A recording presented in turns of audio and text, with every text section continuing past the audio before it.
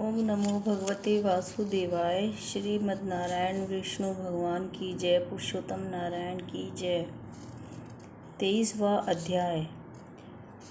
राजा धृढ़धनवा बोला, हे मुनियों में श्रेष्ठ, हे दीनों पर दया करने वाले, श्री पुरुषोत्तम मास में दीपदान का क्या फल है, सो कृपा करके मुझसे कहिए। श्री नारायण बोले, इस प्रकार राजा धृढ़धनवा के पूछने पर अत्यंत प्रसन्न मुनियों में श्रेष्ठ वाल्मीकि मुनि ने हंसते हुए विनीत अत्यंत नम्र राजा धृढ़धनवा से कहा। वाल्मीकि मुनि बोले, हे राजाओं में सिंह सहस पराक्रम वाले, पापों का नाश करने वाली कथा को सुनिए, जिसके सुनने से 5 प्रकार के महान पाप नाश को प्राप्त होते हैं।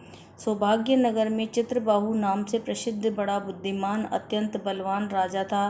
वह क्षमाशील, समस्त धर्मों को जानने वाला, शील रूप और दया से युक्त, ब्राह्मणों का भक्त, भगवान का भक्त, कथा के श्रवण में तत्पर, हमेशा अपनी स्त्री में प्रेम करने वाला, पशुपुत्र से युक्त, चतुरंगिनी सेना से युक्त, ऐश्वर्य में कुबेर के समान, उसकी चंद्रकला नाम की स्त्री 64 कला को जानने वाली, पतिव्रता, महान भाग्यवती, भगवान की भक्ति को करने वाली थी। उसके साथ युवा चित्रबाहु राजा पृथ्वी का भोग करने लगा, बिना श्री कृष्ण के दूसरे देवताओं को नहीं जानता था। एक दिन पृथ्वीपति राजा चित्रबाहु ने दूर से ही आए हुए मुनियों में श्रेष्ठ अगस्त्य मुनि को देखकर पृथ्वी में दंडवत कर प्रणाम कर उनकी विधि पूर्वक पूजा की और भक्ति से आसन देकर मुनि श्रेष्ठ के सम्मुख बैठ गया। विनय से नम्र होकर मुनि श्रेष्ठ से कहा। राजा बोला, आज मेरा जन्म सफल हुआ, आज मेरा दिन सफल हुआ, आज मेरा राज्य सफल हुआ, आज मेरा घर सफल हुआ, जो आप श्री कृष्णचंद्र के सेवक आज मेरे घर में आए हैं। आपसे देखा गया, मैं ताप पुंज से मुक्त हो गया, आपके हाथी घोड़े रथ से युक्त समस्त राज्य समर्पण किया। मुनि श्रेष्ठ, आप वैष्णव हो, आपके लिए कोई भी अदेय वस्तु नहीं। वैष्णव को थोड़ा भी दिया हुआ मेरु पर्वत के समान होता है, जो कौड़ी के बराबर शाक तथा उत्तम अन्न जिस दिन वैष्णव ब्राह्मण को नहीं देता, वह दिन उसका विफल है। ऐसा वेद के जानने वालों ने कहा।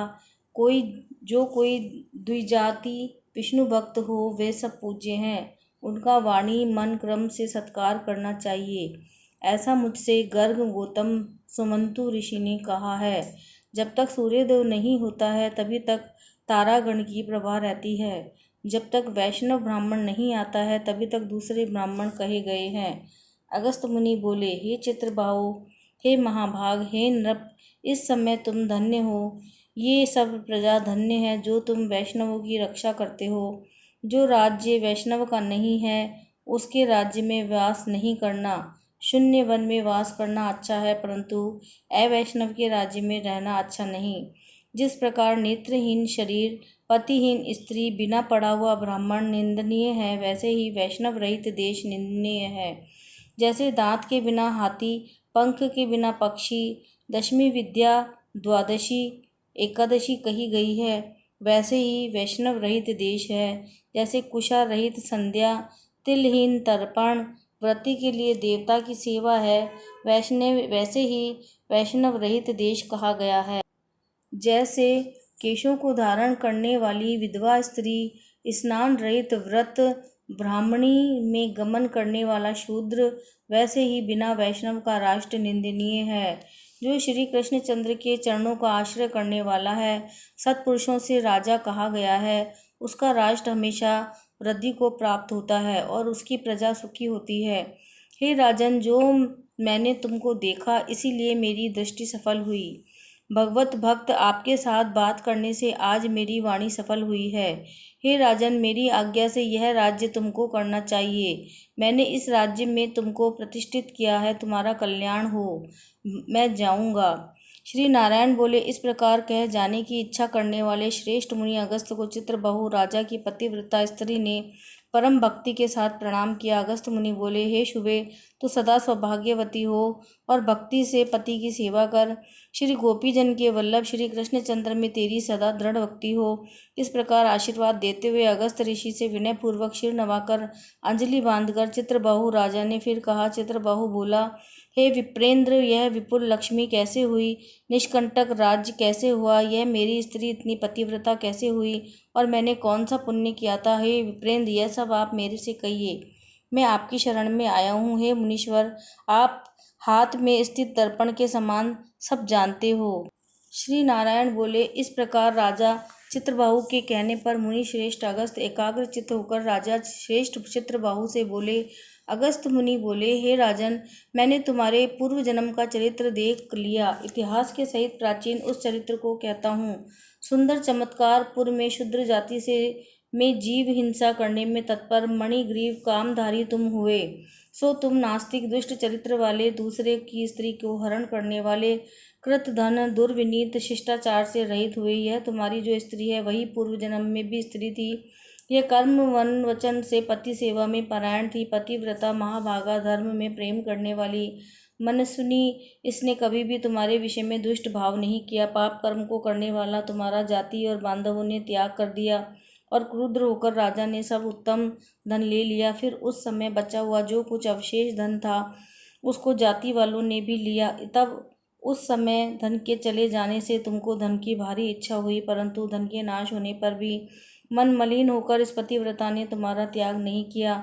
इस प्रकार सब लोगों से तिरस्कृत होने पर तुम निर्जन वन को गए।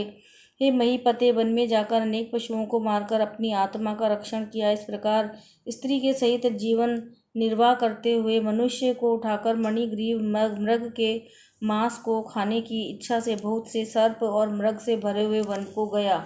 उस मनुष्य रहित वन के मध्य मार्ग में उग्रदेव नाम से के महामुनि दिशा ज्ञान के नष्ट हो जाने से व्याकुल हो गए। हे राजन, मध्याह्न के समय तृषा से अत्यंत पीड़ित हो वहाँ ही गिरकर मरणासन हो गए। उस समय रास्ते को भूल गए। उस दुखित ब्राह्मण को देखकर तुमको दया आई। उस ब्राह्मण को उठाकर और उसको साथ लेकर तुम अपने आश्रम को गए। उस दुखित ब्राह्मण की तुम दोनों स्त्री पुरुष ने सेवा की। एक मुहूर्त के समय उस समय महायोगी उग्रदेव चैतन्यता को प्राप्त हो आश्चर्य करने लगे कि मैं वहाँ था, यहाँ कैसे आ गया, उस वन के बीच से कौन लाया। श्री नारायण बोले। मणिग्रीव ने उस ब्राह्मण से कहा कि यह सुंदर तालाब है, इसमें कमलनी के पुष्प से सुगंधित शीतल जल है। ये ब्राह्मण, उस शीतल जल में स्नान करके मध्याह्न की क्रिया करके फलाहार करें, सुंदर शीतल जल का पान करें। इस समय मैंने आपकी रक्षा की है, आप सुख से विश्राम करें। हे मुनि श्रेष्ठ, आप उठिए और आप कृपा करने के योग्य हैं। अगस्त जी बोले। उस समय उग्रदेव ब्राह्मण श्रम रहित सावधान हो मणिग्रीव के वचन सुनकर तृषा से व्याकुल हो उठा। हे चित्रबाहु, मणिग्रीव की भुजा पकड़कर वट वृक्ष से शोभित तालाब के तट पर जाकर बैठ गए। वट की छाया में बैठकर क्षण मात्र विश्राम कर स्नान और नित्य कर्म करके वासुदेव भगवान का पूजन किया। देवता पितरों को तर्पण कर सुंदर शीतल जल को पान कर उग्रदेव ब्राह्मण शीघ्र वट के मूल भाग में आकर बैठ गए। पत्नी सहित मणिग्रीव ने मुनि श्रेष्ठ उग्रदेव को नमस्कार किया और अतिथि सत्कार करने की इच्छा से विनययुक्त वाणी से बोले। मणिग्रीव बोला, हे ब्राह्मण, आज मुझको तारने के लिए आप मेरे आश्रम को आए हैं। आपके दर्शन से मेरे पाप नष्ट हो गए हैं। इस प्रकार उस ब्राह्मण से कहकर प्रसन्न मणिग्रीव स्त्री से बोला, अरे सुंदरी, जो स्वादिष्ट पके हुए फल हैं उन आम्र फलों को तुम जल्दी लाओ, विलंब मत करो। हे शुभानने, जो कुछ कंद आदि हो उनको भी लाओ। इस प्रकार स्त्री अपने पति के वचन को सुनकर फलों और कंदों को लेकर हर्ष से ब्राह्मण के सामने रखती है। मणिग्रीव फिर मुनि श्रेष्ठ से वचन बोला, हे ब्राह्मण, इन फलों को ग्रहण कर मुझ स्त्री पुरुष को कृतार्थ करें। उग्रदेव ब्राह्मण बोला, तुमको मैं नहीं जानता, तुम कौन हो सो मेरे से कहो। विद्वान ब्राह्मण को चाहिए कि अपरिचित का भोजन नहीं करें। मणिग्रीव बोला, हे द्विज शार्दुल, मैं मणिग्रीव नामक शूद्र जाति का स्वजनों से, जाति से वालों से, बांधवों से त्यागा हुआ हूँ। इस प्रकार शूद्र के वचन को सुनकर प्रसन्नात्मा उग्रदेव ने फलों को खाया, बाद में जल को पिया। ब्राह्मण को सुख से बैठे देखकर मणिग्रीव उग्रदेव ब्राह्मण के पैरों में अपनी गोद में रखकर दबाता हुआ फिर वचन बोला। मणिग्रीव बोला, हे मुनि श्रेष्ठ, आप कहाँ जाएंगे? इस निर्जन जल रहित हिंसक जंतुओं से भरे दुष्ट वन में कहाँ से आए हैं? उग्रदेव बोला, हे महाभाग, मैं ब्राह्मण हूँ, प्रयाग जाना चाहता हूँ।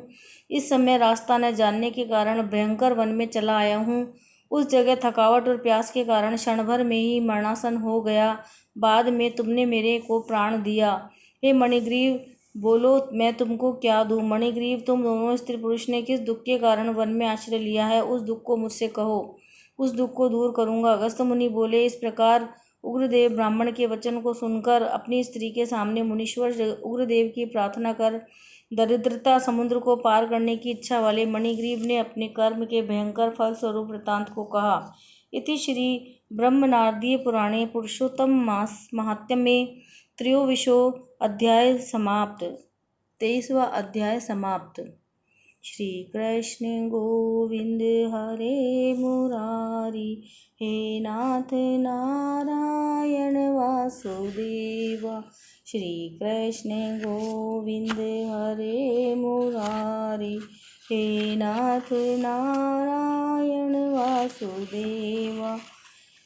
हितमात स्वामी सखा हमारे, हे नाथ नारायण वासुदेव।